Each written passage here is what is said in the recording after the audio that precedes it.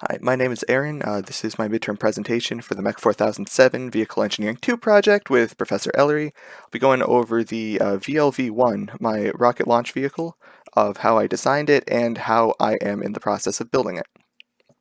So, to go over, I'll give a brief introduction, go over my initial design of it, show some simulations, go over the planned manufacturing process, and then briefly touch on project administration. So as an overview, Triply is an organization that allows for the certification to allow you to purchase higher power rocket motors, and you gain certification by launching and successfully recovering rockets of different levels.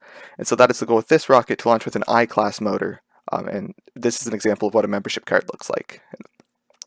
So to meet these requirements, I'm going to be carrying a payload of 0.4 kilograms, able to log altitude data and such, but it's also going to apogee of about 100 meters with the G-class motor, and of course maintain stability the entire launch. Preliminary systems layout of what a rocket's going to look like: nose cone at the top with a payload below it. It's going to separate at the payload bay from the bottom section. The bottom section will hold the recovery hardware, the motor tube, and the engine casing, and will also have fins and a tail cone attached. So as far as the geometry design, the nose cone will be LD hack shaped, which is a specific shape which will allow for minimal drag. And of course, because it's being 3D printed with PETG, it's going to be sanded and then coated in polyurethane. And this is constant for all 3D printed components on the craft. The payload bay is going to contain a number of small electronics, such as a Raspberry Pi and some basic sensors to log altitude data and acceleration data. The booster airframe is going, this was also determined in an open rocket, like I said earlier. It's going to have a tail cone, again, hack series, and will support the motor mount on the inside, which is the big component here because that's where the majority of the forces are going to be coming from.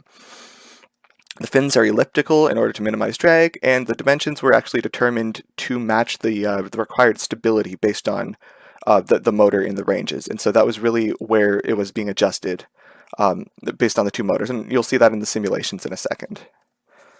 So going on to here, with the lower end requirement with the G69SK motor, we had an off-rail stability of about 1.5 and achieved an apogee of about 90 meters, which I felt was sufficient as a test platform to be able to show that the rocket works. And of course, this is a little bit more detailed because this is the one I will be actually demonstrating before the end of the semester. And of course, the upper requirement gives a much higher apogee and a much higher total flight time of about 3 minutes. So go over how I'm going to build it. The actual airframe itself will be cut out of balsa and then glued together with wood glue. Then the whole thing will be coated in a skin of paper and then given a coat of polyurethane. And this is actually under construction right now. I've done tests. I confirmed it's strong. I've done simulations and tests in person, so I'm very confident this design will work. The couplers, so the points at which they separate, will be 3D printed and sanded so that they can flushly come apart, and are held together by plastic rivets at the nose cone so that it doesn't come apart when we don't want it to. And then the fins will be cut out of balsa as well, and will also be given a coating of paper and then bound with wood glue. I did a test here, as you can see. This actually turned out to be a very strong material, so I decided to stick with it for the fins. Briefly going on for project administration, here's the budget I set aside for the project, and then here is the overall timeline. Primarily, we're expecting to do a launch around mid-March. And so here are some resources I used throughout the project, and if you have any questions, please email me. Yeah, thank you.